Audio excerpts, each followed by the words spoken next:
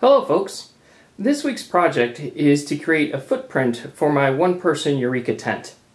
Now normally when I needed a footprint for my tent, I would just go to the hardware store, pick up a package of the plastic painter's drop cloth, and then cut it to the size of my tent.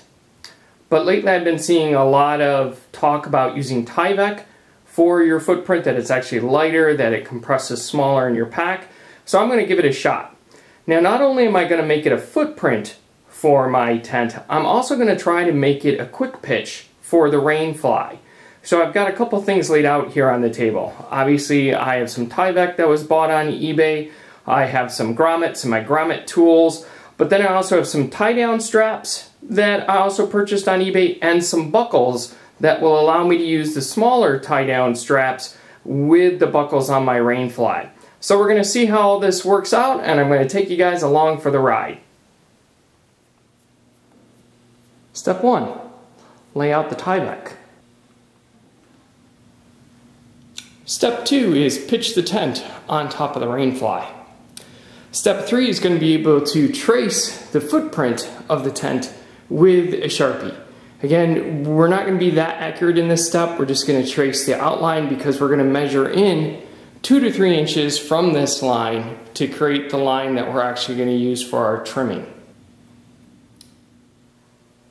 Okay, you can see this has completed step 4, which was drawing the line about 2 inches inside from the squiggly line that you did for your tent.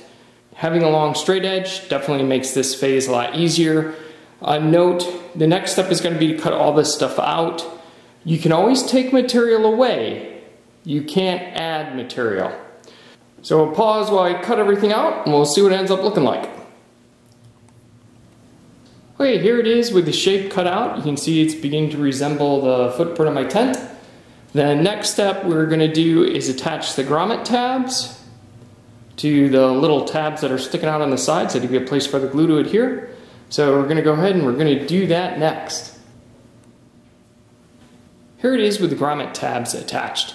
The last step is to flip it over, put 2 grommet holes in it for the rainfly, and then attach the 4 additional tabs to attach the rainfly on the ends. So we're going to go ahead and do that and then come back when that is done.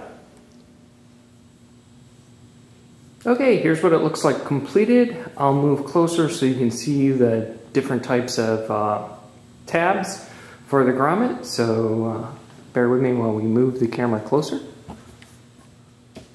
So first is the grommet where just the rainfly attaches, and you can see I've got 2 grommet holes in there.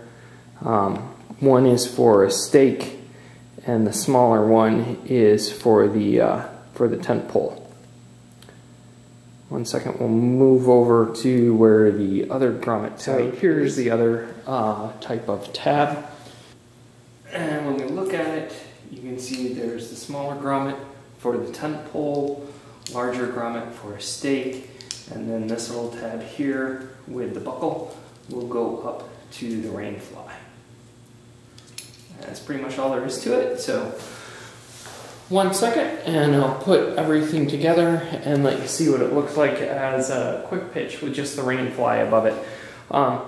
Obviously, okay, this is what it looks like all put together. So I can pitch the rainfly on top of it. We'll have to see this spring how well it holds up. I'll go ahead and open up the door and give you a shot of the inside.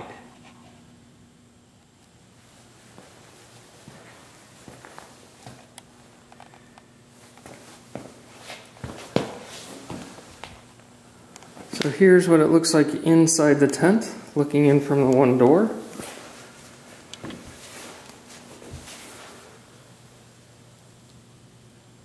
Fairly spacious amount of room in there. Still gaps for bugs, but it will get you out of the rain. So again, it's all about options.